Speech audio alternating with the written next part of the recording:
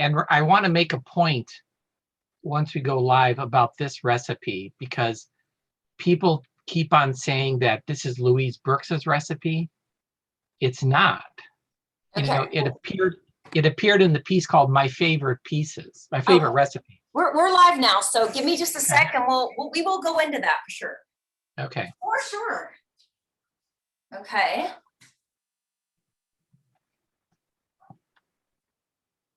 All right, let me check Facebook and make sure that we are in fact up and running. Okay.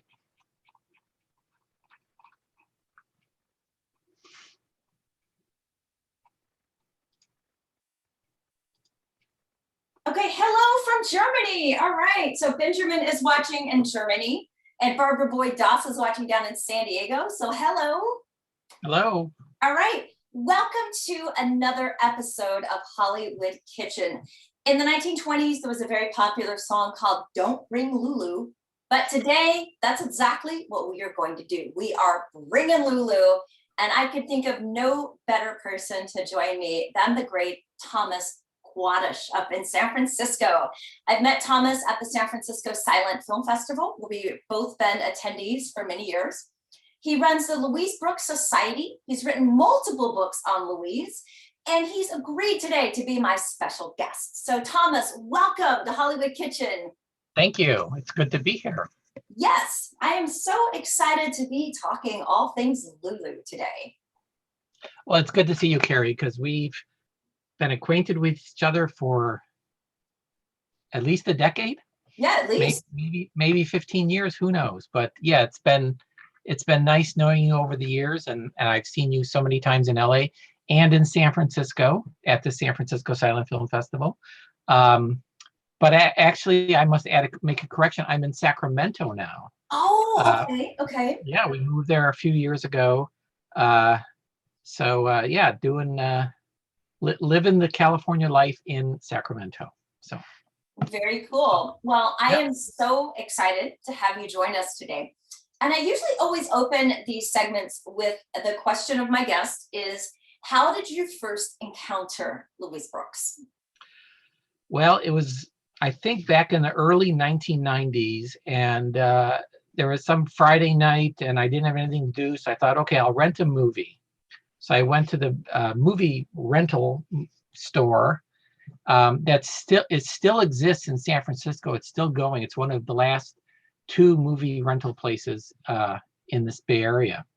But so I didn't have anything in mind. So I just roamed over to the classic film section, and the spine of the VHS of Pandora's Box caught my attention.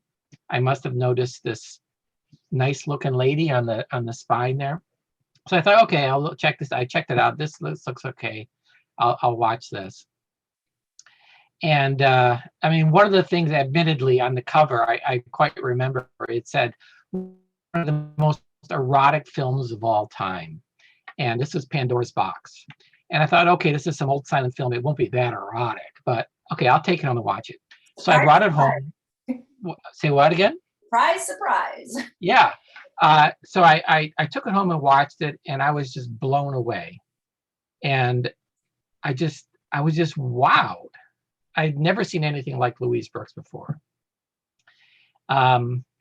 So, I got up the next morning. And of course, back then, your videotape rental was due the next day or the whenever. So I thought, I got to watch this movie again. And so I watched it again on Saturday morning. It's something I've never done before. It's just, I had to watch it again because I was just so smitten by Brooks.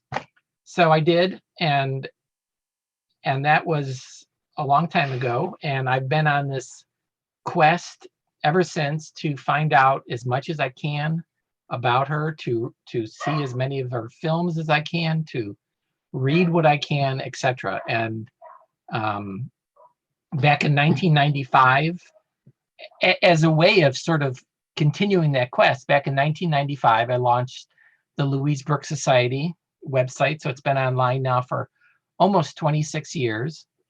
And it was my way to reach out to other silent film fans around the world. And it's been gratifying in that people from all around the world, reached out to me and said, gosh, I love her too. And I have these pictures if no one's ever seen, or I'm her distant relation. Here's a scan of her family Bible, and with her family's names in it, or here's some articles that I found in a French magazine, or whatever. It's been so amazing that people have been generous and sharing with me, but also, telling me their stories about how they found Louise, what Louise means to them. I've had fans send me fan art that they've painted pictures of her, and they've sent me clippings and all kinds of wonderful things. So it's been it's been a journey, and it's been a lot of fun. So that's my story. Well, How about you? How about you, Carrie? I first encountered Louise in film school, and I saw Pandora's Box on the big screen. And much like you, I just was absolutely enraptured with Louise. I just was blown away. And I remember thinking, I got to get more of this. I need to see more. So I saw Prix de Beauté, I saw Diary of a Lost Girl, and then I kind of hit the proverbial brick wall, realizing there is no more. And this is way before Beggars of Life was available, so I just remember feeling like, you've got to be kidding me. This cannot be it, and I just felt there should be this giant body of work for me to just dive into, and yet there isn't. So I love Louise so much. I find her electrifying. That's the word that I would use to describe her. But I find it, being a fan, to be also a frustrating thing, because I just long for so much more, and there's not so much more. Right. I mean, early on, that was the great frustration that I had, and I know other fans had, was that there weren't more films available, there weren't more books, there weren't more articles, etc. And that's all changed over time, but it's been a little bit at a time. So there is this kind of frustration that leaves you wanting more. Oh, yes. So let's talk about the recipe. Okay, you very generously sent this to me, because I didn't see Louise in any of the vintage cookbooks that I have from the teens all the way up to the 50s. She didn't appear in anything. Right. But you very generously sent me 3 recipes, one of which we're going to make today, called Knickerbocker Supreme Chicken, that ran in the Hollywood Citizen News in 1928. And I printed up the newspaper article you sent me. But you have a story about this recipe and how you found it and the roots of it. So share those with us. Well, this recipe was part of a series called My Favorite Recipe. So it's not a recipe that Louise invented or created or whatever. But this was something that she probably had somewhere at one point in her life, perhaps when she was back living in New York City. There's a famous Knickerbocker hotel there that was famed for its cooking. But who knows where she might have experienced this recipe. But so it was part of a series that ran in a Hollywood Citizen News, and it was a lot of Paramount actors that contributed to this series. And this is one of 3. So my wife is a cookbook collector, and she has a lot of vintage cookbooks. And one of the sort of sections of her collection, of our collection, is movie-related cookbooks as well. I have a whole bunch of them.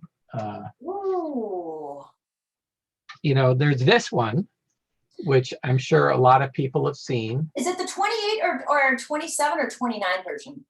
This is the 27. Okay, I have a Yeah. digital version of the 27, but I am on the hunt for a digital or paper version of the 29 version. So let me Okay. know if you come across that. But this book is filled, like you said, this book is filled with Paramount actors and other stars of the time. 1927. Brooke should have been in there, but she's not. A lot of her co-stars are. There's something like this: Fashions of 36, Famous Hollywood Recipes, Movie Stars. This one, That's a good one. Favorite Foods of Famous Stars. That's a good one too. There's a whole ton of them. I'll just flash these quickly and then continue our story. Famous Stars, Famous Foods. A lot of these were issued by banks, appliance companies, where especially the paperback booklets were something you'd get as a premium if you bought something at the time. This is one of my gems: Celebrated Actor Folks Cookbooks. I have that one too. That's a great one. That's a great one. Famous Recipes by Famous People. I have that one, but it doesn't have the cover jacket on it. What Actors Eat When They Eat. An excellent by Kenneth Harlan, a movie star.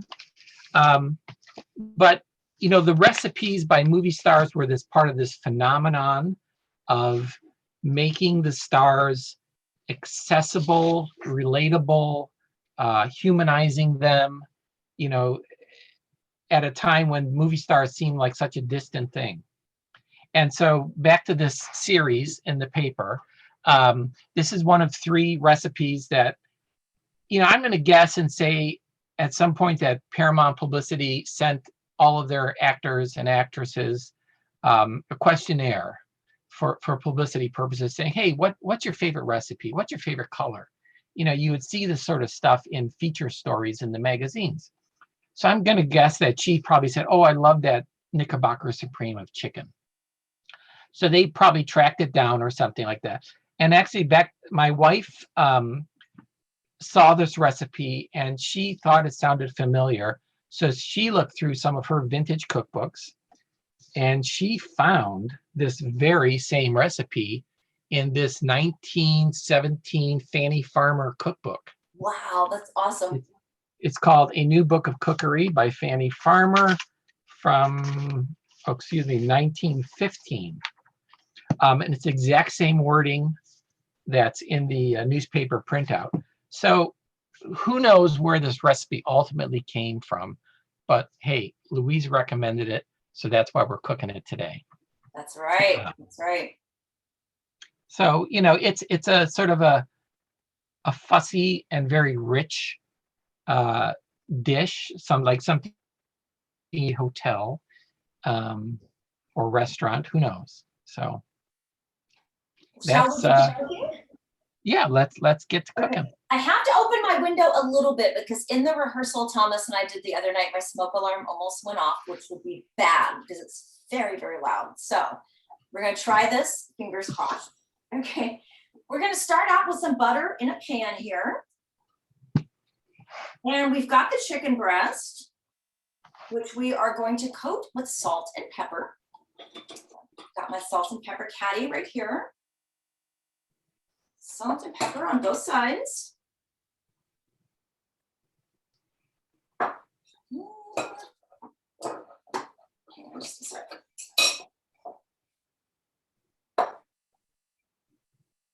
All right, we've salt and peppered the chicken. Now we dip in cream and roll in flour. So I've got some cream here. This is heavy whipping cream, by the way. All right, we're gonna take the chicken breast that we've just salt and peppered, dip it in the cream.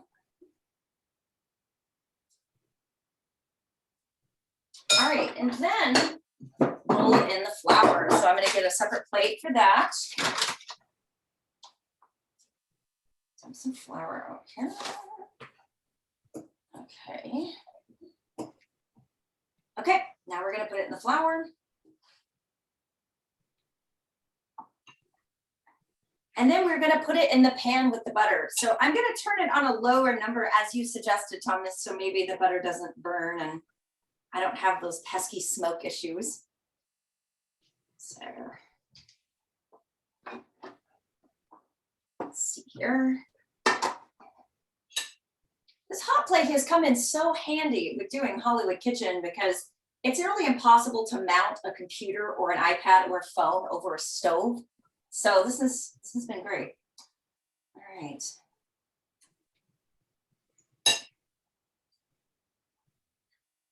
Let's see here. Well, while we're waiting for this to warm up, Thomas, let's talk about Louise and entertaining, because I know briefly for like, I don't know, 5 minutes, she was married to comedy director Eddie Sutherland. A little bit longer than that. A little bit longer than that, but how long was it? Like a year or? Year, maybe year and a half, yeah. Year and a half. And they were known for entertaining. She talks about it in some of the interviews, how he gave these lavish parties, invited tons of Hollywood people and really intelligent, interesting people from Hollywood, and really threw these terrific events. So tell me about those events. Obviously, probably Louise wasn't cooking, right? I'm sure they had help. Right, I would think so. They were married in July of 1926, and Louise Brooks then was based on the East Coast at the New York studios. Korea? And only in January of 1927 did she move to Hollywood. So they were finally together as a couple when he wasn't back working on the East Coast. But, you know, when they were together in Hollywood, they had a nice house in the Hollywood Hills. I've seen a lot of pictures of that. And yeah, they were part of the Hollywood social set. You know, Eddie Sutherland was a very well-established director at the time, friend of Charlie Chaplin, and they would entertain people at their house. You know, and go to other Hollywood celebrities for parties. You see both of their names showing up in the gossip columns of all the various LA newspapers at the time, attending various parties with all sorts of other movie stars, directors, writers, celebrities, you know, whoever. Irving Thalberg, I know she mentions them. Right. Gershwin, you know, the famous people who would come to town would probably, you know, be invited to parties, and they met. I know she saw Gershwin out in Hollywood, but she had actually known him earlier. She met Fitzgerald out in Hollywood, F. Scott Fitzgerald and Zelda. Would you love to have been at that event? Yes. Can you imagine? Oh my gosh. She was at a party that Dashiell Hammett was at. Just all kinds of people that it's like, wow, I didn't know that those social circles would have come together, but they did. So. All right, it's starting to sizzle a little bit. Good. Okay.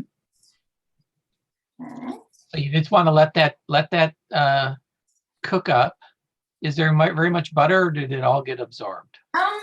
There's still some butter in here, but I do have some butter sitting right here on my table. Yeah, you might want to add a little bit more just to be sure that it gets a nice. Yeah. Thomas has made this many times, by the way, so even though he's not cooking on camera, he knows really well how to make this, and he's definitely coached me a lot. Okay. Add some more butter.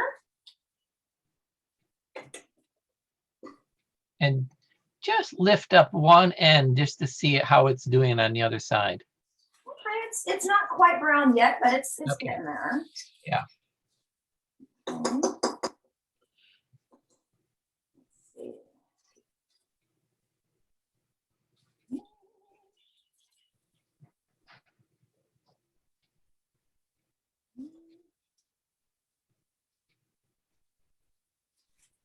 All right, let me flip it over. Sorry, I'm struggling to flip it over. Okay, let the other side cook, and you might want to get a little more brown on it, but. Okay. Put a little extra salt, pepper, cream on here. Okay. Let's talk about the two other recipes that were attributed to Louise in this column. One of them was kind of interesting. It was like a pineapple tomato thing. Yeah, let me call that up. I've made that one as well. Let me see here. Yes, it's called tomatoes stuffed with pineapple. And how did that one turn out? What was that one like? Well, it kind of reminded me of like a fruit salad. Sometimes this is something my mother used to do, is put a fruit cocktail on top of cottage cheese. It kind of reminded me of that, but basically the recipe is you get a nice medium-sized tomato, you hollow it out, you put in pineapple and mayonnaise. Interesting. Yeah, I wasn't crazy about it, but it was okay. Yeah, I sent that one to a friend, and her response was very, very funny. She was like, "Oh my gosh." It wasn't bad. I mean, I could see eating it as a lunch sort of thing. I'm trying to avoid the whole smoke alarm thing. Hang on a sec. Okay. Let's see. I did a blog on my Louise Brooks Society blog back on April 8th when I made this dish. So anybody who wants to check it out can check it out there. Oh yeah, and after this episode, by the way, when I post on HollywoodKitchenShow.com, I'll be posting links to Thomas's blog and Thomas's books and tons of other information all about Lulu. So stay tuned for that. Now it's an interesting. Go ahead. I'm noticing, Thomas, this chicken's kind of coming apart in the middle, and it seems like it's not cooking in the middle. So I'm trying to figure out what to do about that. Flip it over and just brown it. Okay. Get a little sear, a little char there. Okay. One of the 3 recipes that I posted, it's interesting that so there's Knickerbocker Supreme, and it actually says it's a recipe by her, but it's not. And then the other recipe besides the tomato and pineapple dish is called Spanish lobster in casseroles, and it's described as a supper suggestion. Okay. That one looks a little more challenging. I think we're getting close here. It looks pretty well browned. Okay. Before my smoke alarm goes off and disturbs like half of Los Angeles. All right, so now we take the chicken, having browned it, and we put it into a pan. Yes. Which I will do right now. And then it says to cover in buttered paper. So I've got some parchment paper.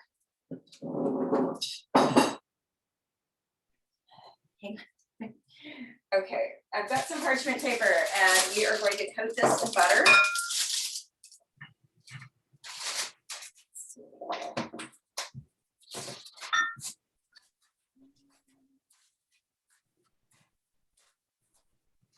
Okay, parchment paper with some butter on it. And we're going to put it in the oven. It says 10 to 20 minutes, but I think you suggested about 15, right? Yeah. And it's at 375. So do that.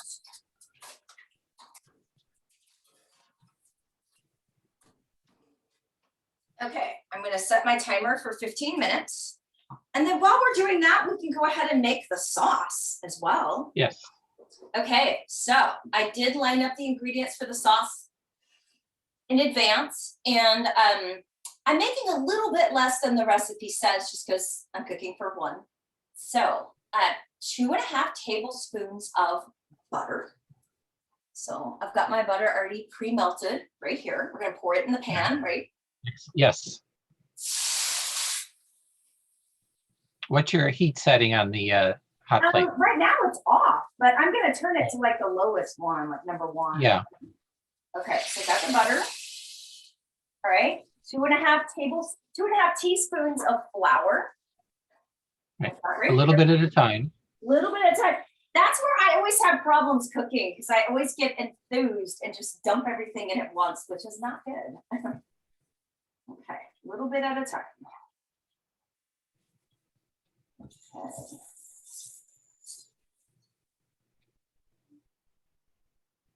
So we are putting a little bit of this gradually into the melted butter.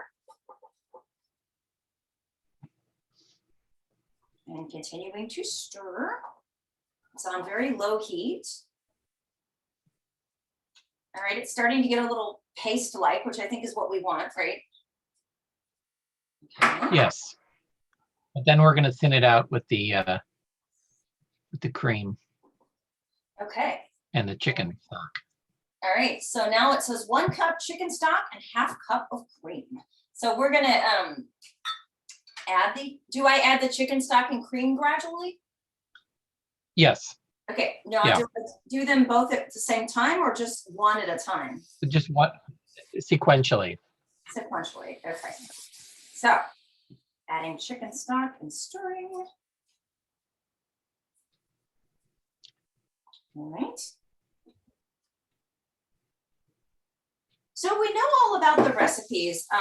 Do you think, we had talked about this in rehearsal, that the time when Louise was married to Eddie Sutherland, that was probably Louise at her most social, right? Where she entertained, had people over, had kind of a swinging social life, really. I would think so, yes. Because it seemed to me from everything I've read, including your work and Barry Paris's book and also Lulu in Hollywood, it seemed like when she left Germany, which we'll talk about later on, that she just kind of ceased being a social creature. Like she kind of really just turned inward and never really came out of that.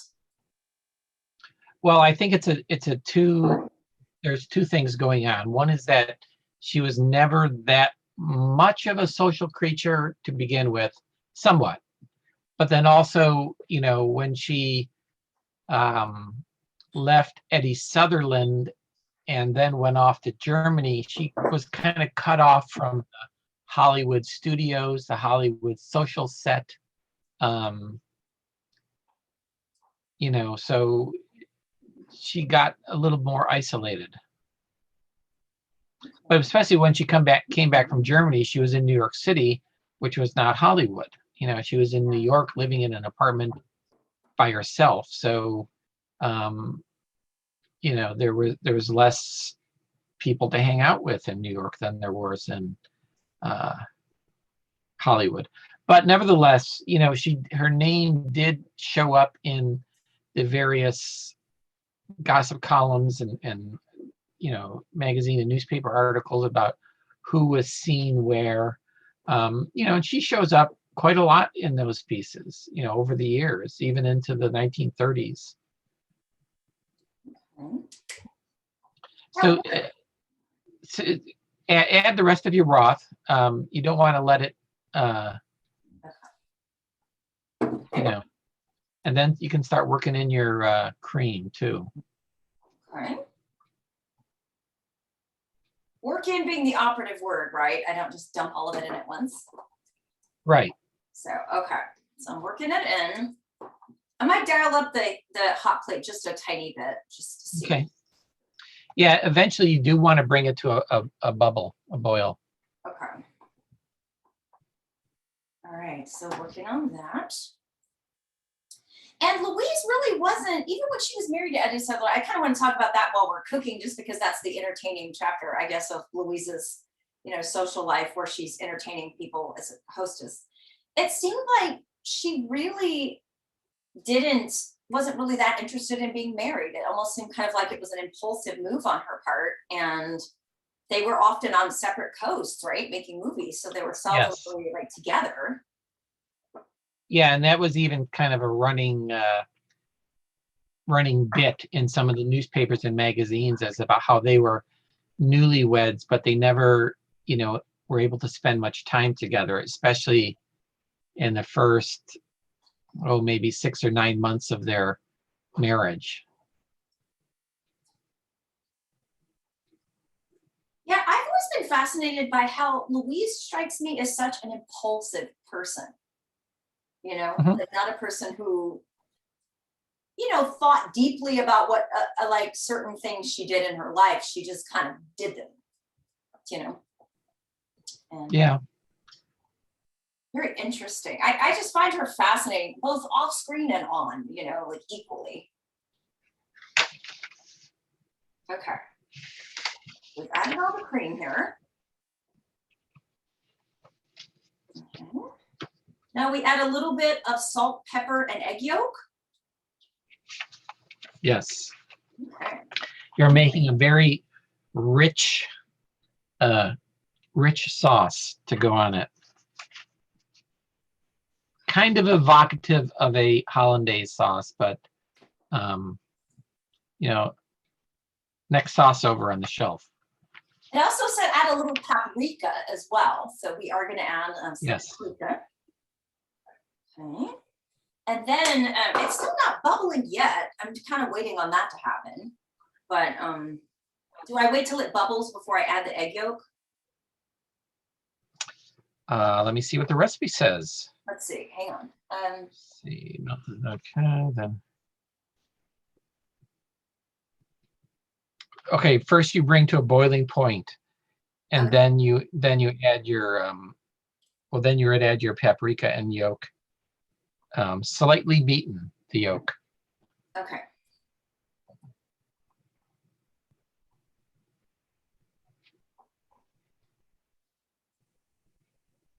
All right, it's starting to bubble now. Okay. It looks very nice and creamy. Good. Smells good too. How's it smell? Good, good. Good. The other night when we did the rehearsal, I thought, oh, I'll just take a little bite. I wound up eating the entire thing in front of Thomas in our rehearsal. So I couldn't help myself. All right, okay, so it's bubbling very nicely now. So I'm gonna add the egg yolk, which has already been pre-beaten before the show started here. So I'm gonna add this. Stirring.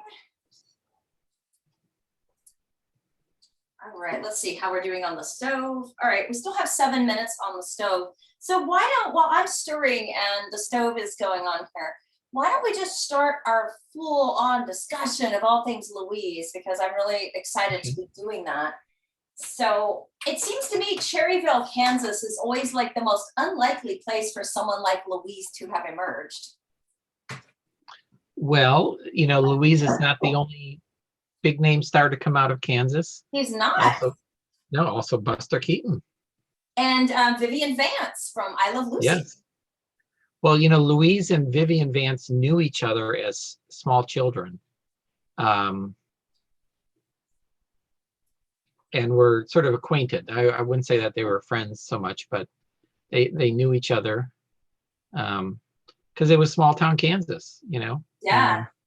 When I was first learning about her, But- she always struck me as so elegant and sophisticated. At first, I just assumed she was like from New York City or something. You know what I mean? It just was shocking. Like, oh, Kansas. Okay. Well, the family moved to Independence, and then they were there very briefly, just a few months, and then they moved to Wichita, and which is, you know, a bigger city. But you know, as a kid, Louise would read Cosmopolitan magazine and maybe like Vogue or something, and she read about that sophisticated life that existed outside of Kansas. And you know, when she was 15 and she had the opportunity to go off to New York City to join or to try out for to study, I should say, at the Denishon School of Dance, you know, she took off. And you know, she was just 15, but I think she had set her sights on the bigger, bolder world. And you know, at the age of 15, as they show in that movie, The Chaperone, she studied under Ruth St. Denis and Ted Shawn for a summer, and then she was quickly invited to join their touring dance company. So that is pretty amazing that a 15-year-old, oh yeah, no real professional experience, was able to join Denishon. She was certainly just a junior member, but there she was, over the next season and a half, dancing on stage alongside Ruth St. Denis and Ted Shawn, two of the pioneers of modern dance in America. And also in the company was Martha Graham. Wow. And, Charles Wiedemann and all these other figures who loom large in the history of modern dance. But that's how she kind of got out of Kansas and entered, the larger world. So she was with Denishon for 2 years, and then she got kicked out of Denishon because she was a bit of a brat and didn't. Ruth St. Denis just didn't like her all that much, and so she was with the George White Scandals very briefly, and then she took off with her friend Barbara Bennett, and they went to Europe, and she ended up in London dancing at the Café de Paris, very famous night spot. And then she was there for a few months. Then she came back, was in the Ziegfeld Follies, and got noticed by the East Coast folks in the film world, and signed a contract with Paramount, and the rest is history. Well, it seemed to me that Paramount, I think, kind of cast her in the flapper comedies, or as as he said, the girl running around the funny man with W.C. Right. Fields. But it seemed like she didn't quite fulfill her full potential at Paramount. But then again, it's hard to know because a lot of her films are lost. Right. Yeah, they put her in comedies, the flapper roles, and only in 1927 did they start giving her something a little more serious. She was in a regrettably now lost gangster film, on early gangster films called The City Gone Wild, directed by James Cruz, and then in 1928, William Wellman had her in Beggars of Life, and that is certainly her most dramatic role. It's certainly her best American film. Agreed. Yeah, but I think that shows what she could do as an actress. Oh, yeah. I have to interrupt with a cooking question. Yes. Okay. So I've made the sauce, but the butter seems to kind of be separating out from the rest of the ingredients, right, and it kind of has this greasy kind of consistency. What do I do about that? Try to integrate it as best you can. Okay, because I keep stirring it, and the butter just kind of keeps rising out of the rest of it. Yeah. But just keep your hot plate on low, and just keep on working it slowly, and folding over into itself might help integrate it a little bit better. Okay, I will do that. So yes, I agree with you, because for a long time, Beggars of Life was hard to see. I think the first time I saw it was this really beat up print, and I heard it wasn't even on 35, it was only on 16. So I was really excited when I finally got to see it at San Francisco Silent on a giant screen at the Castro, because that's just such an electrifying, just terrific. Well, that screening that you saw was its coming out party, you might say. Because it had been very seldom screened, because they thought it was lost for a while. But the copies that survived were a 16 millimeter prints, one at the George Eastman House. I first saw it at the Pacific Film Archive. It was William Everson's print, shortly before Everson died. But that was really wonderful, because before then, and before it was released on DVD, all you ever saw was what you can see on YouTube today, which are these dreadful, really dark, really poor prints. And it doesn't impress you when you see it, such a bad print. Okay, sure. Let me get the chicken out of the stove here. Okay, hang on just a sec.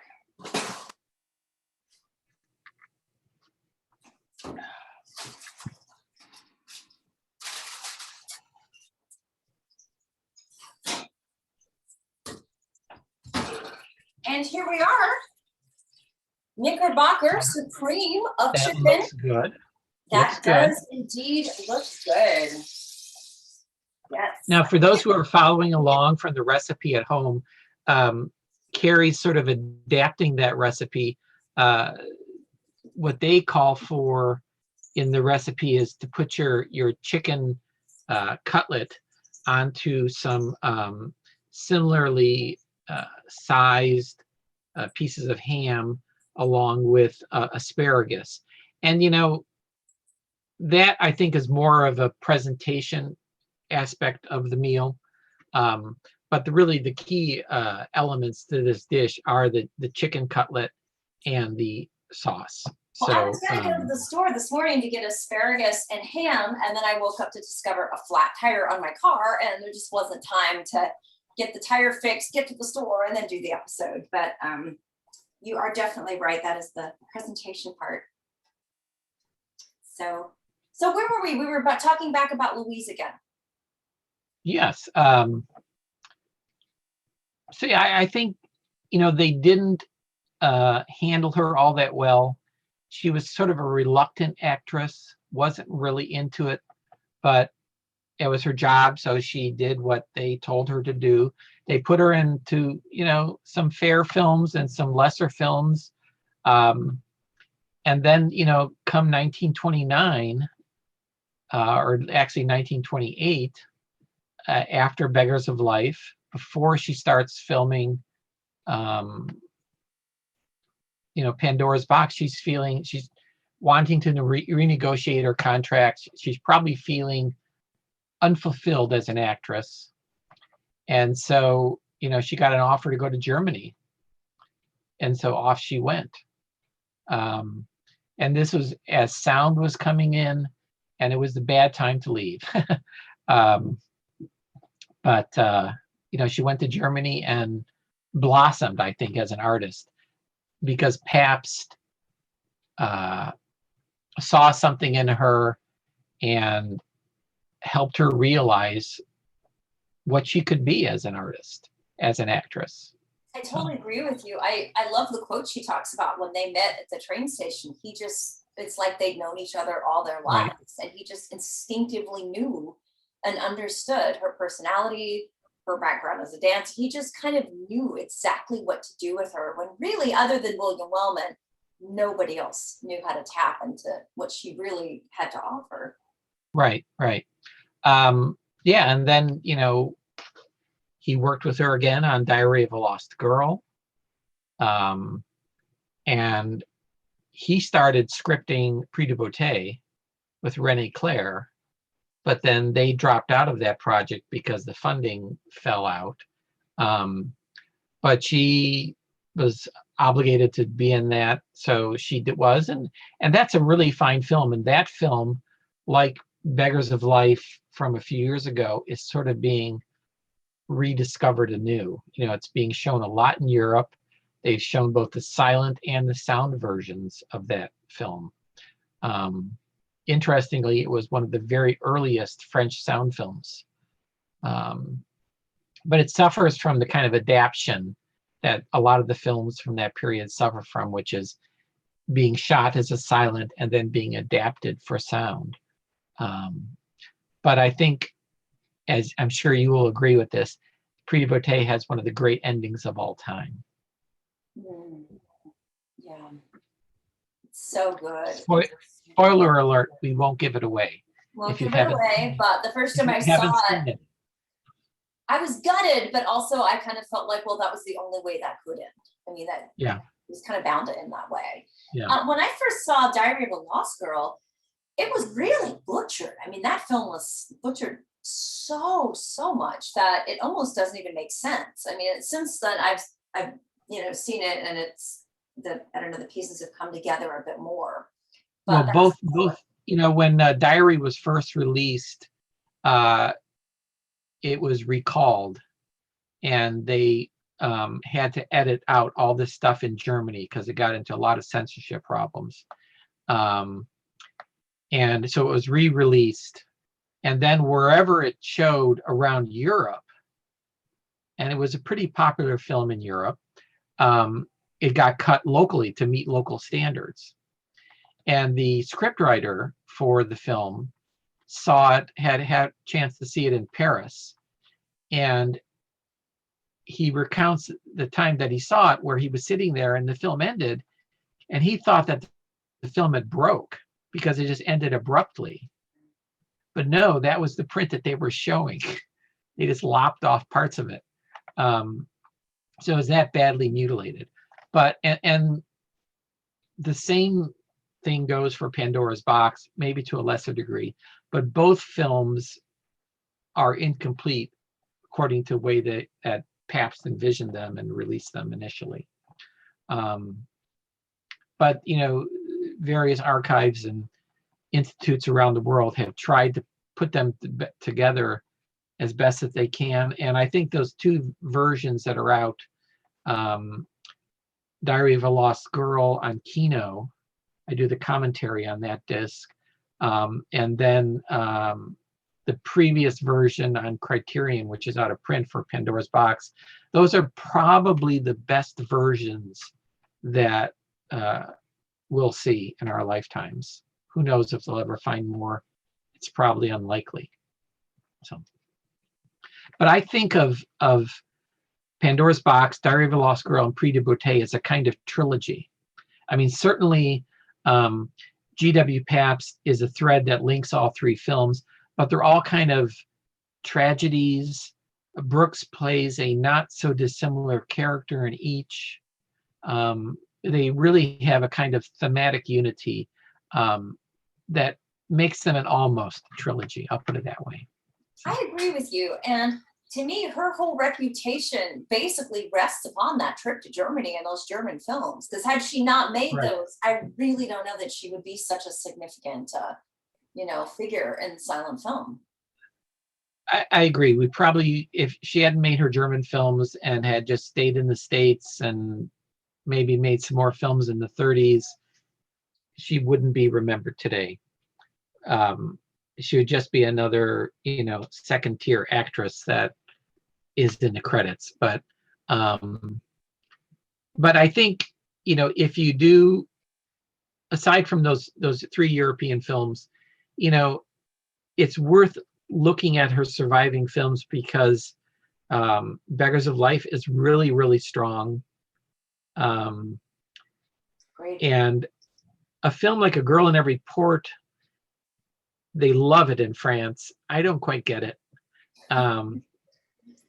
But other films that she was in, like Love 'Em and Leave 'Em, The Show Off, It's the Old Army Game with W.C. Fields, they're all pretty amusing, and she's really good, and she almost steals the show in some of them. I love 'Em and Leave 'Em, and I think The Show Off is very entertaining. Kino had released that a while back, and that is worth tracking down. Canary Murder Case is not such a great film. It suffers from, again, from being shot as a silent film and being adapted for sound. Then her films from the 30s, there's not much there. Well, notoriously, Canary Murder Case was the film where they shot it silent, and then they, in the middle of the production, decided to turn it into sound, and Louise wouldn't come back and to dub her voice, and that was a huge. Well, I think they were pretty much done with the silent version, and then they brought in another director to rework it, the sound version, and actually it was released in both as a silent and a sound film, and there are actually reviews of the film as a silent film in the American press, because there were still theaters hanging on that were just showing silent films. But it's a bit weak, but it has a great cast. William Powell, Jean Arthur, James Hall, Eugene Paulette. It's a real strong cast. Kind of an interesting premise, but it's just, I don't know, there's something missing there. So when she got back from Germany and came back to Hollywood, was she expecting to return to the Paramount comedies, or was she thinking she would get more prestige productions based on the 3 films she'd made in Europe. The 3 films in Europe, except for Pandora's Box, Diary and Prix de Bouteille never showed in the United States until the 1950s. Oh, wow. And Pandora's Box played for 2 weeks in New York City at an art house, and it got mixed reviews. And again, it was a foreign film. It was a silent film in 1929, and so there really wasn't that much interest in it. It did show throughout the United States here and there, maybe less than 10 times, up until about 1935 or so. It would show up here and there on the art house circuit. In Baltimore, in Wisconsin, it was shown at Frank Lloyd Wright's house. He used to show films to the community of German people in that area, and Pandora's Box was one of the films that they showed there. But it really had no impact on her career here in the States, and very few people even noticed it. And there was a few little clippings that would say, oh, Louise Brooks is back, she's returned from Germany, whatever. But when she came back to the States in late 1929, I think she was sort of adrift again, without direction, and she didn't really work until the late 1930s. She got into some films that were all released in 1931. So as far as the American public was concerned, she was off the screen for 2 years, which is a long time. In a lot of careers. Yeah. And then the films that she was in 1931 were a short, Wendy Riley Goes Hollywood, directed by Fatty Arbuckle, from Educational, a minor film at best, and it was pretty seldom shown anywhere. And in order to fulfill her Paramount contract, she was in a Carol Lombard film called It Pays to Advertise. And Louise Brooks is only in the first 5 minutes of the film, and then she's gone. So again, it was just to fulfill her contract. And one of the best films she was in the 30s was another 1931 film called God's Gift to Women, directed by Michael Curtiz, of all people. And it's a sort of a pre-code farce with Frank Fay, Laura LaPlante, and all these other beautiful women, all of whom, including Louise Brooks, fall in love with Frank Fay. It's not a bad little comedy, but it's pretty forgettable.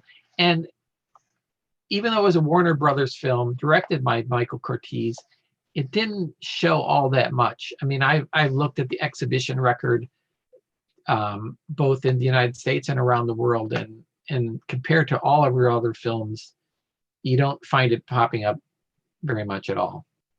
And then, after 1931, she dropped out of films all the way until 1936. And she made a Western with Buck Jones. Then she made 2 more films in 37, and then a John Wayne Western in 38, and then that was it. And in between working in films, she did some dancing. She tried to teach dancing in LA. She had a little studio. She did exhibition ballroom dancing on the East Coast. So it was, sort of, things were running out. She was adrift without anyone to sort of say, do this, be in these films. And she just kind of languished, and was forgotten pretty much. Well, it kills me that I think she could have been fantastic in pre-code. And it just kills me that we didn't get that from her. Yeah. And you had mentioned there were a couple of great early 30s films that she passed on doing. Well, one most famously is The Public Enemy, directed by William Wellman, and he wanted her and cast her in that film. And then she said, I'm going to go back to the East Coast and hang out with my boyfriend. And, she flaked out, really, which is too bad. But she could have been in The Public Enemy in a big role. So, and other people were thinking about her. She was actually thought about. James Whale was considering her for the role of the Bride of Frankenstein, which I cannot see her in that film. I can't But either, but I love to imagine the possibility. yeah. So, but yeah, she was always reluctant to be an actress, and she thought of herself as a dancer. And I think she kind of lacked the self-discipline to really, get herself together and to apply herself and to be, to be an actress and have a good career. Well, she always said she hated Hollywood. And what I always thought, and again, this is completely wishful thinking, obviously, but I wish she could have said to herself, okay, I hate Hollywood. However, she could have made a lot of friends with many of the German immigrants and intellectuals that were living here at the time and found a community. Given herself maybe 5 years to crank out as many movies as she could possibly make, save her money, and then get out of Dodge if she wanted to. Like, I wish she would have had some sort of strategy like that, not that plans always work out even when we make them. Right. But I just wish she would have been able to make a lot more movies, leave a lot more of a filmography for us, and also not have been in the financial freefall that she was in later as well. Yeah, as much as she didn't like Hollywood or was ambivalent about Hollywood, Hollywood was also ambivalent about her. She was seen as aloof, as sort of a smarty pants. There were people who just didn't like her, and she, rubbed certain directors or other actors the wrong way. So who knows? Who knows? If wishes were horses. The beggars would ride. Yeah. But yeah, she's just so fascinating, and it's fun to kind of imagine what would have been, what could have been, like what the possibilities were that, of course, were never fulfilled. Yeah. So I think one of the attractions that I think I feel for her, and I think other people do as well, is her life story. What is it about her that you like, that people ask me? She was in some good films, yes, but she had a very limited career, and yes, she was very beautiful, and so were other actresses, and there were other actors and actresses who were just as gifted in acting as her. What is it about her? And I think about this sometimes, and it's her story, it's her personality. That's ultimately, I think, the attraction, is that you want to understand her. You want to stop her from being so self-defeating or whatever. I don't know. I find her endlessly fascinating, and I think there's more to her than this sort of conventional narrative that we all have of her. But and then that'll come out over time, where people will see that she was in more than just those 3 European films. Some of her American films deserve to be revisited. So definitely agree. So talk to me about, because in the rehearsal we had a fabulous conversation about this, about the way Louise is perceived overseas, around the world, in Japan. Talk to me about your research and the interesting things that you found. I'm working on a 2-volume book that's going to be called Around the World with Louise Brooks. Fingers crossed, I will finish it this year. I'm well into it. It's going to be really big. We're looking at maybe 900 pages. But Louise Brooks, is certainly more popular then and now in France and in Germany and in Europe. She's pretty much a cult figure in France, I would say. And her post-World War II revival, after 2 or 3 decades of obscurity, that started in Europe. With Henry Langlois at the French Cinematheque, screening her films. And then there was this stream of articles in French, not only in French newspapers, but also in Italian magazines and in Polish film magazines. She was, sort of rediscovered. But what I've found out and what I'm trying to document in my new book is what was her presence around the world. And so I'm trying to sort of tell her story, tell the story of her film career all through non-American sources. So I've, dug into the newspaper archives and magazine archives from countries all over, everywhere, every continent except for Antarctica. You might find something, Louise, in a parka. You never know. But one of the most interesting things was her immense popularity in Japan in the late 1920s. There was two actresses who were hugely popular, two American actresses who were hugely popular in Japan. One of them was Clara Bow, who was certainly the most popular. And the second next level of popularity was Louise Brooks. And they were seen as part of a phenomenon called Modongaru, which is, I'm sure I'm butchering that pronunciation, but it means modern girl. They were seen, flappers were modern girls. There was the new Frau. There was the garçon in France. There was all this sort of, all around the world, young women who were flapper-likes, but they were, independent and had their own ideas and liked to have fun. And they were seen as this new type of female. And Brooks was seen as emblematic of that. And her films were very, very, very, very popular in Japan in the late 20s, especially Love 'Em and Leave 'Em, which still survives, and Rolled Stockings, which is her most flapper-esque film, which is lost. And even the Canary Murder Case, where she has that, canary outfit on, very bold, very daring. That was a huge film in Japan. And I've actually have a picture in my book of the crowds lining up for blocks to see the Canary Murder Case in Tokyo. Wow. And now it didn't hurt that it was paired with Metropolis, of all films, for a double bill. But it was a huge sensation. And the other film that was especially popular of her American films in Japan was Beggars of Life.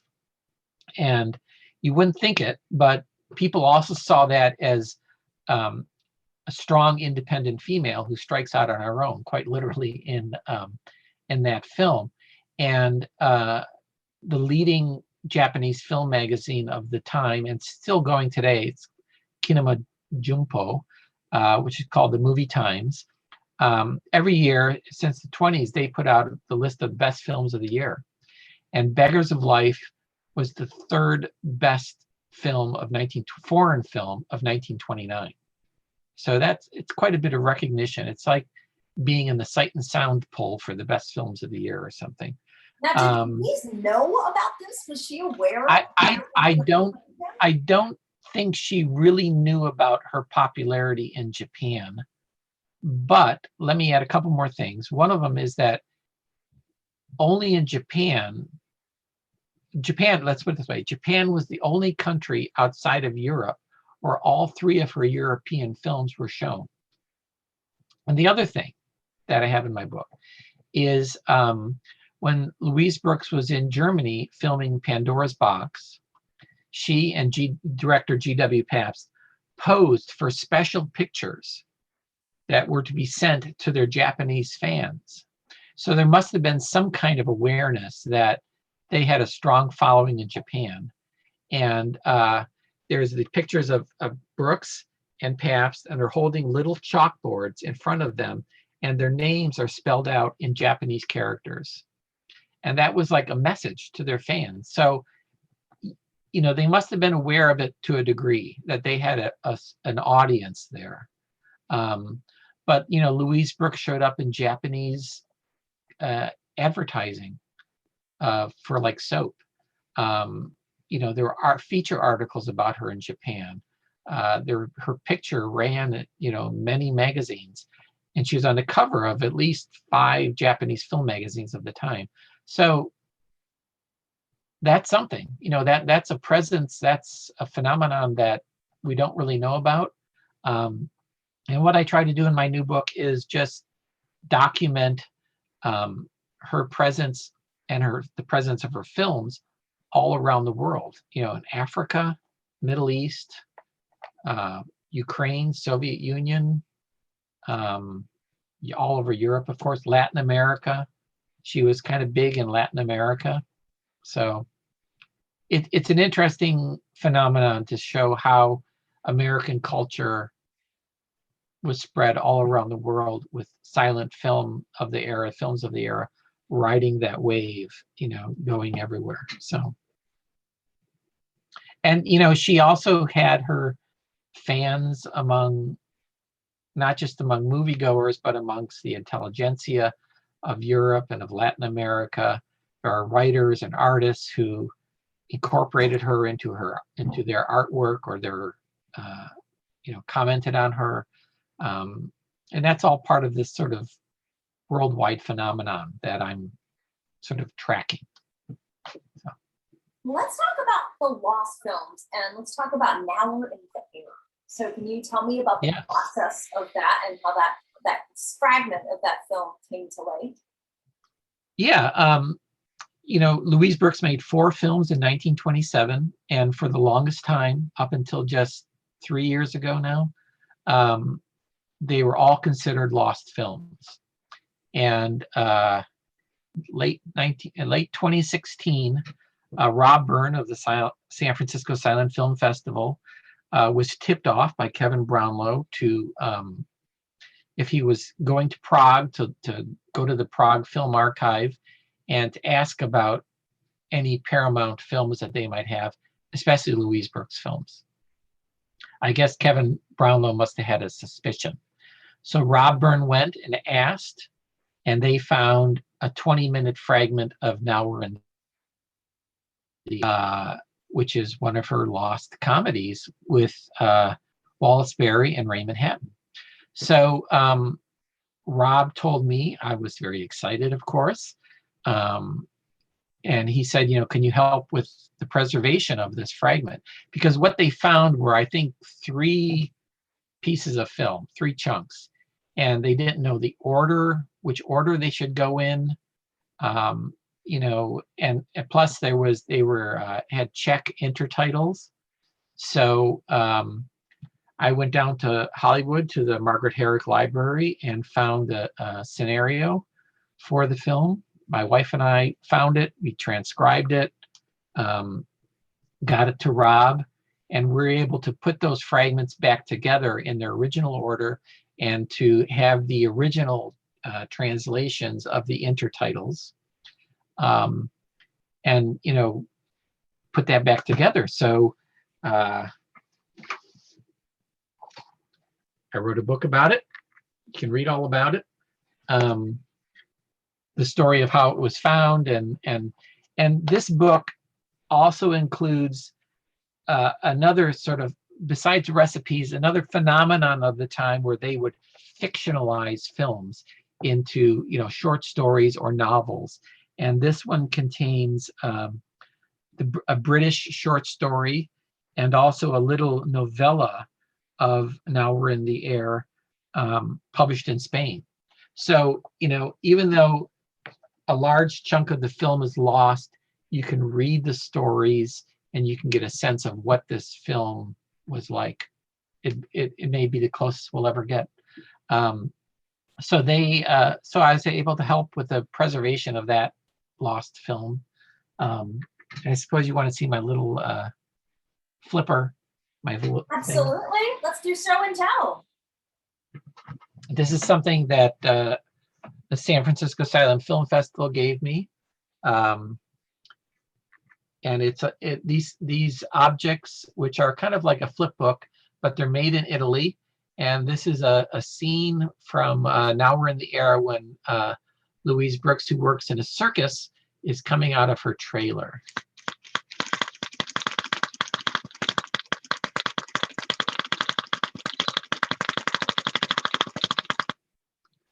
So there you go. Very cool. It's one of my little treasures. So yeah, that's, things are being found back, must have been almost a decade or more ago. I think more than a decade. In New Zealand, they found a big cache of silent films. And amongst the fragments was 2 trailers from the American Venus. So who knows? Fingers crossed, maybe more things will be found over time. Films, not necessarily Louise Brooks films, but films are languishing in film vaults all around the world, and there just may not be the will or the energy or the wherewithal to find them. But one of the things that I'm doing in my new book is I'm putting together for each of her 24 films the titles of the films as they were shown at the time in various countries around the world. So not all the films like the American Venus or the Canary Murder Case or whatever were shown under those titles in a foreign country, even in translation. Oftentimes they would change the title into something else or something close but not quite the same. In England, for example, the American Venus was shown under the title The Modern Venus. So hopefully, when this book is out there in the world, people will see what the title of The City Gone Wild was in Argentina, and there they'll find it. Oh, that's that film in that old dusty can on the shelf. So who knows? I hold out the eternal flame of hope that someday more silent films will turn out. And I'm going to close this window. It keeps flying open. Okay. I think another problem is anytime there's an economic recession, depression, trouble, etc., I think that a lot of archives are one of the first things to get their funding pulled. And I know a lot of archives really struggle financially, and they'll maybe have 1 or 2 people on staff. And sometimes that country's films are the first priority. So sometimes American films might get bumped to like the bottom of the priority list. There's a lot of reasons, I think, why these things get lost in purgatory. Well, if these films if an American film is sitting in an archive in a foreign country, it's not necessarily going to be of primary interest to the archivists in that country. They might be looking for films from their own past. So whatever the reasons, but it's complicated. Yeah, it's complicated. Well, why don't we look on Facebook and see who's asking us questions? Yes. Okay. Let's see here.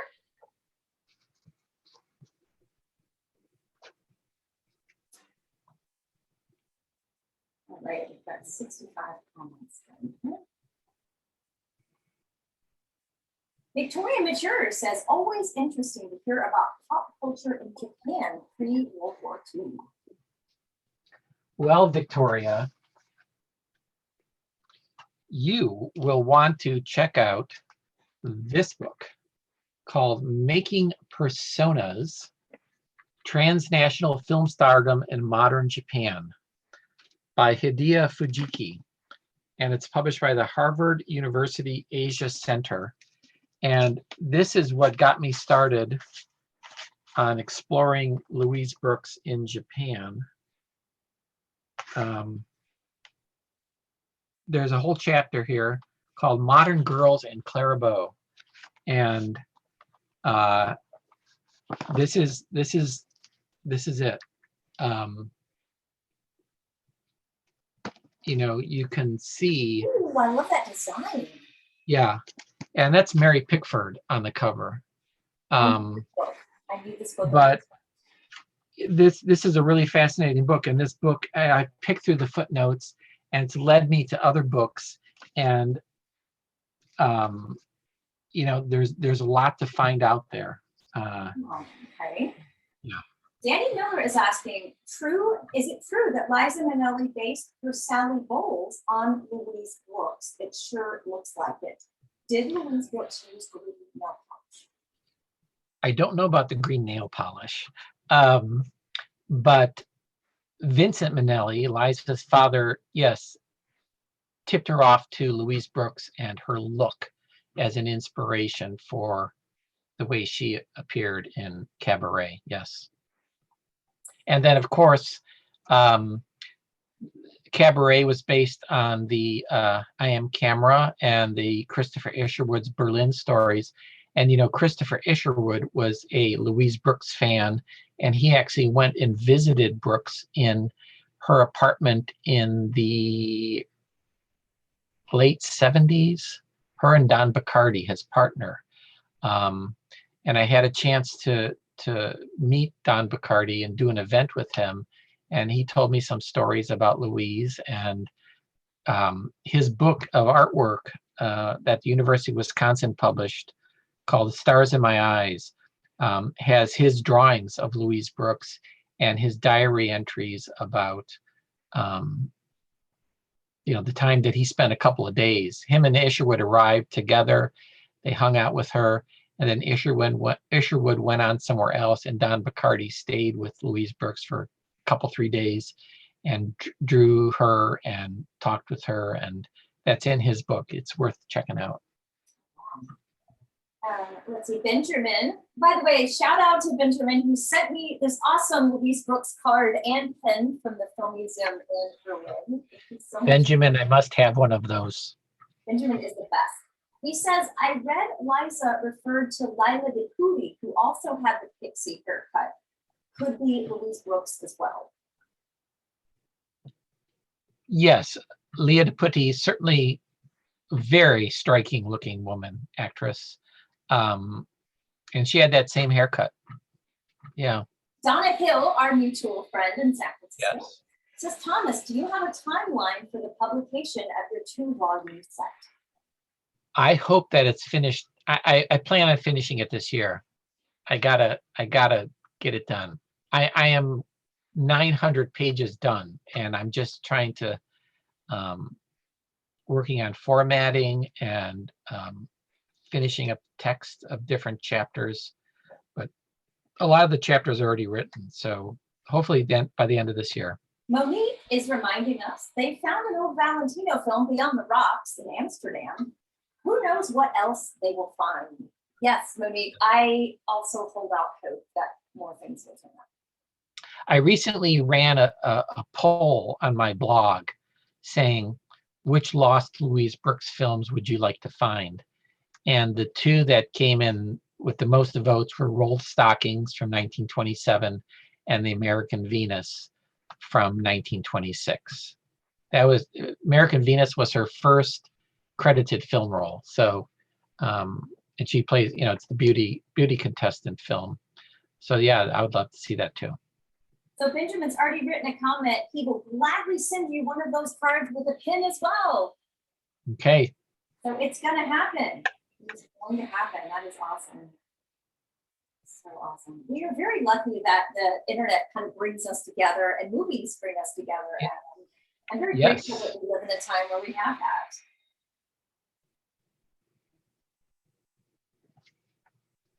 See, that's it for the questions that are popping up. I'm sure there's going to be more that pop up though. So would you be willing to answer on the page on Facebook any questions that? Sure.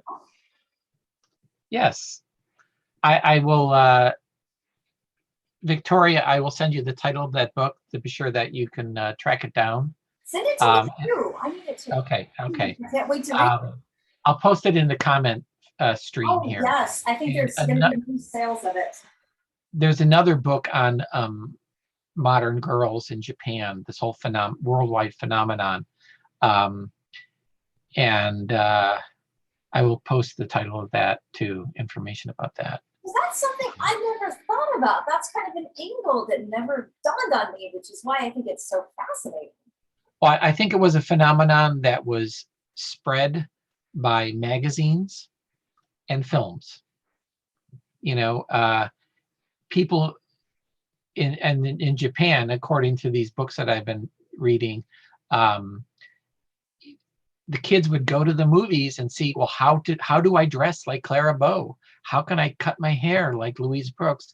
How can I, you know, what kind of clothes should I wear to look like these people so that I can then act like these people? You know, it's a pretty amazing bit of scholarship that these people have done, these writers have done, to show how this phenomenon spread around the world. And there's different names for it in different countries, pretty much everywhere. So. Well, I think too, one thing that Clara and Louise certainly have in common, they're both gorgeous, great actresses, but they're both so iconic, both in their looks, their independence. They were both kind of lightning in a bottle. And also, either one of those women could walk down the street today and still turn heads and still be beautiful, still be interesting. And I think not all the stars have that, you know. I think they have kind of something so timeless that those looks really never go out of style. True. There was just an article about the bob haircut and how fashionable and trendy it is today. It was just in the UK Guardian, like last week. Oh, wow. And Louise Brooks was pictured, of course. She always is whenever they have articles about short hair. But yeah, she does have a timeless look.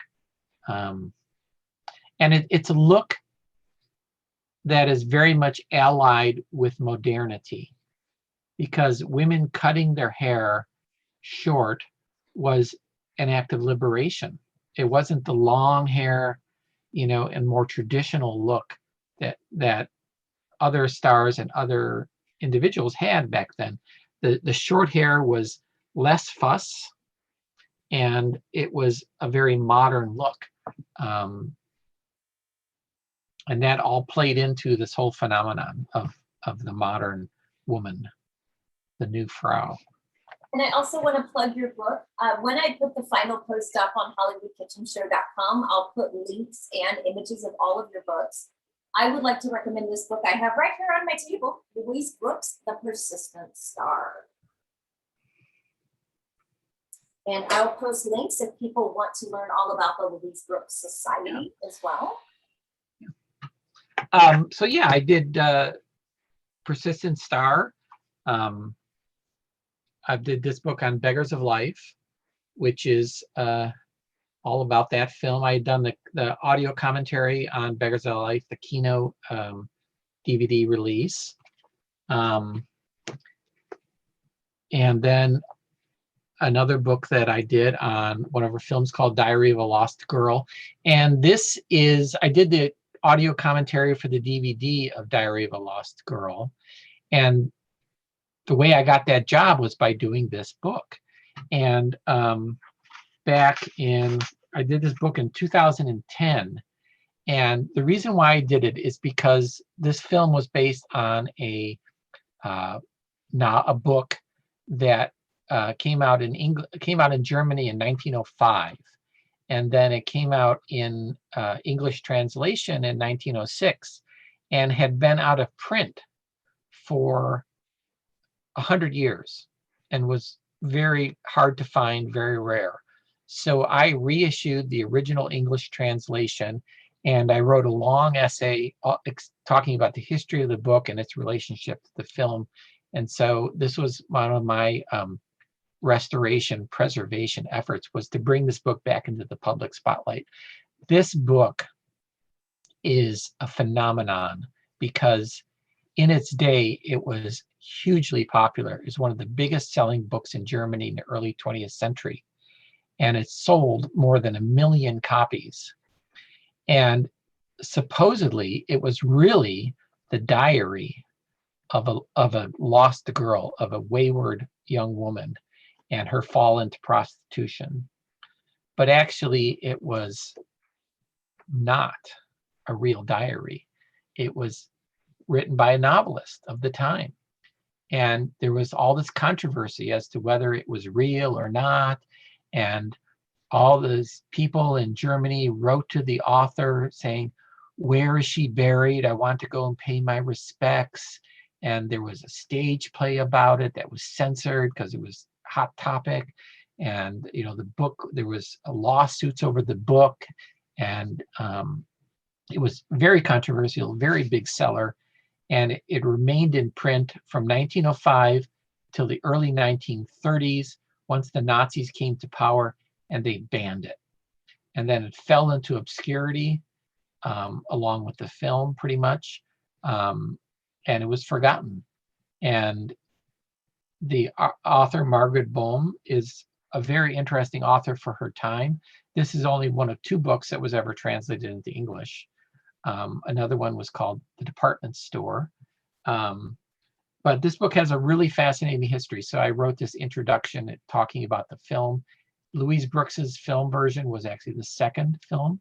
So there's that sort of whole cinematic history going on. So those are my 4 books to date. And hopefully another one by the end of the year. Well, Thomas, this has been fascinating. Thank you so much for teaching me how to make Knickerbocker Supreme of Chicken and sharing your incredible knowledge of Louise Brooks. And thank you for all that you've done for film preservation to help locate these films, find these films, and get them to us on the screen. Well, I consider myself I'm not a professional film historian. I'm just an enthusiast. You know, I'm a cheerleader. I'm just waving the flag, trying to, you know, keep people's attention focused on not only my favorite star, but all of silent film, because I think it's an art form that deserves more attention. You know, there's a lot in our culture that's crying out for our attention these days, and I just want to keep the spotlight as much as possible on silent film. Well, So, I would respectfully disagree that you are a professional film. You've got 4 books under your belt. You've helped save lost film. You've done a lot for film preservation. So I would say that you are a professional film historian. Thank you, Carrie. Hey, is it time to eat? I think it's time to eat. So thank you so much, Thomas. And thank you all for tuning in to another episode of Hollywood Kitchen. So stay tuned. We've got many more episodes in the weeks ahead filled with food, fun, and film history. So come back and see us. And thank you again, Thomas, so much for joining me today. Thank you. Thank you. We'll talk soon. Okay, bye-bye.